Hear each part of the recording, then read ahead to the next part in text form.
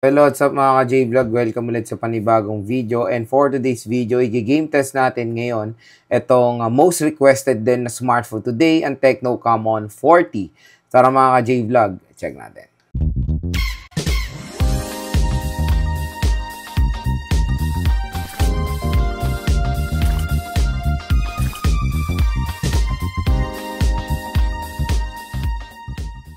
So, first na lalaroin natin is Honor of Kings.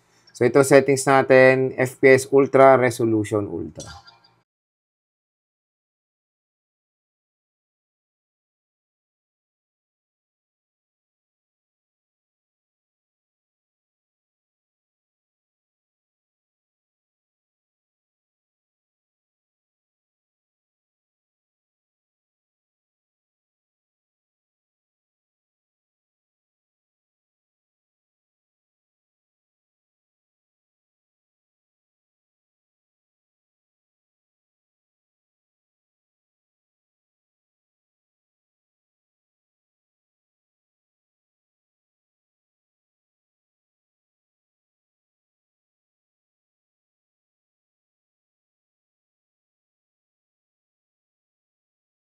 So, pagdating sa Honor of Kings, napaka-solid ng performance dyan ni Tecno Camon 40.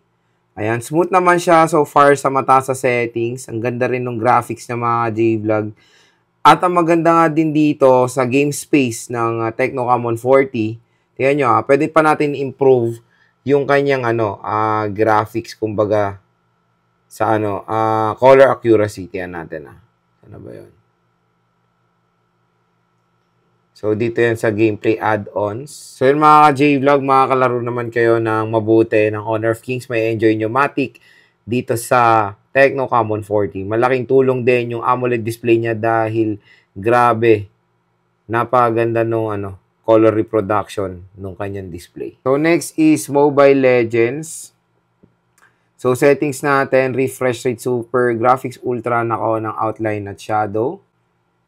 Ayan. At naka-full download na resources dito.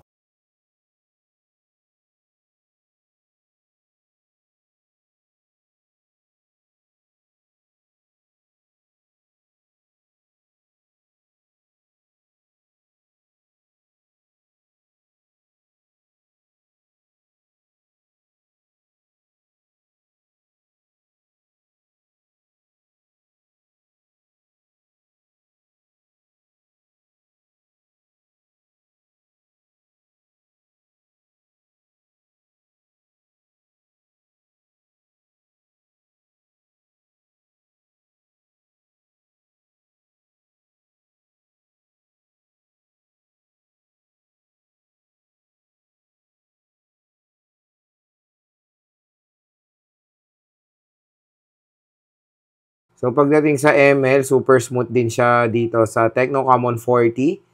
So, yun nga, pinakita na natin settings kanina. Refresh rate super ang pinakamataas at graphics ultra. So far, so good. No frame drop sign na experience.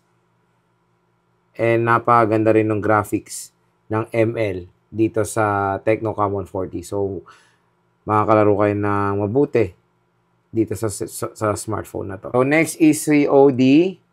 Ito, settings natin, both Battle Royale and multiplayer.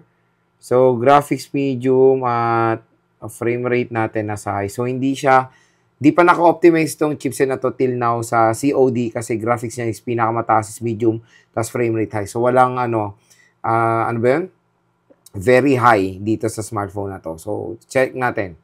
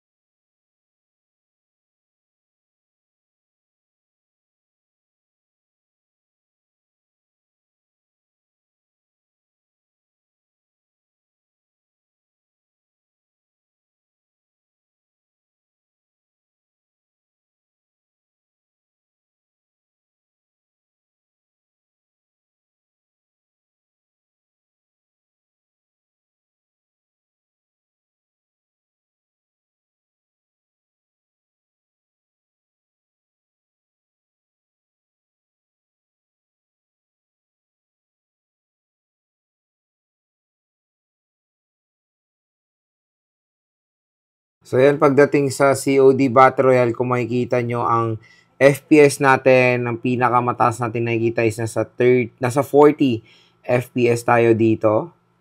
So far, so good naman yung performance niya.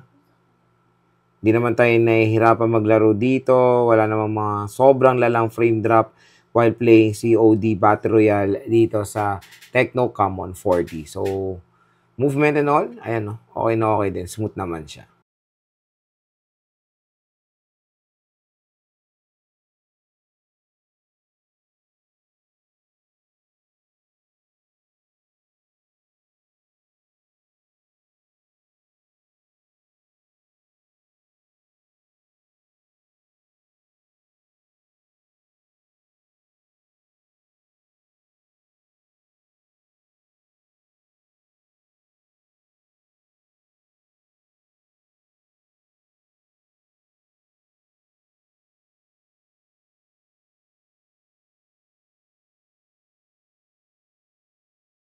So, pagdating sa COD multiplayer, super smooth din ang performance dyan ni Tecno Camon 40. Tingnan natin yung FPS niya. Ayan, nasa 60 FPS tayo dito sa game na to, mga J-Vlog.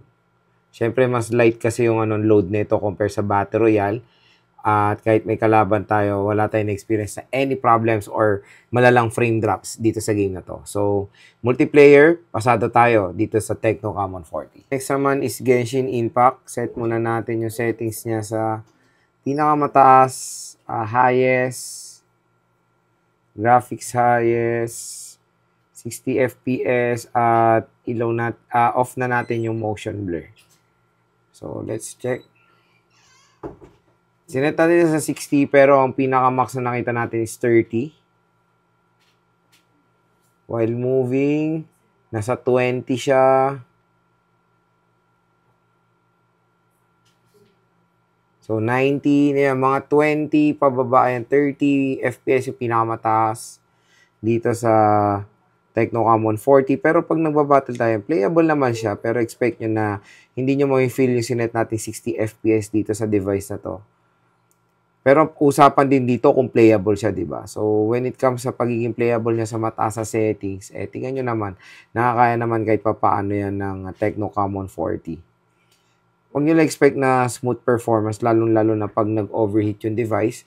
There's a possibility na doon tayo makaka-experience sa mga malalang frame drops pag nag-overheat na itong smartphone na to. Pero so far, so good ngayon. Wala pa naman tayong experience sa any overheating dito sa Tecno Camon 40. Ayan. May mga few frame drops from time to time, pero yun, manageable naman siya. Okay rin na sinet niya sa high settings. Very detailed yung graphics niya, nakakatuwa. O, di ba? Below 10,000 pesos, pero kaya ang Genshin Impact. Solid na solid din itong Tecno Camon 40. Mga ka-J-Vlog, yung game test natin dito sa Tecno Camon 40, ang pinaka-main question, kung maganda ba siya for gaming. So, nakakatuwa, an entry-level smartphone, 4G chipset, kaya pa rin, maganda siya okay rin siya for gaming. Yung MediaTek Helio G100 Ultimate is, nakaka-handle naman siya ng mga games. Ayan, na-test natin yan sa Genshin Impact. Playable naman ang Genshin dito. Pero 30 FPS yung pinakamataas natin na experience. Pero so far, so good naman siya. Wala naman tayong experience sa mga sobrang lalang frame drops habang naglalaro tayo ng Genshin dito. Playable din ang COD, Honor of Kings, and COD sa Tecno Camon 40. Ang solid din sa device na to is yung speakers niya. Dolby Atmos po yan. Kaya napaganda ng speaker nito. Ang lakas at buong buo yung bass quality ng device na to. Tapos, yun pa, maganda pa yung display niya, nakakadagdag sa enhancement ng graphics ng nilalaro nyo, yung AMOLED display na meron dito sa Tecno Camon 40. Pero sad to say, it's a 120Hz screen refresh rate device compared doon sa kanyang sister phone, di ba? Yung Infinix Note 50 na 144Hz screen refresh rate. Pero dito standard 120Hz, din naman ako magreklamo dyan dahil malaki rin yung display niya. Okay na okay yung form factor niya pag naglalaro kayo. At malaking tulong din in fairness yung game space nitong Tecno Camon 40.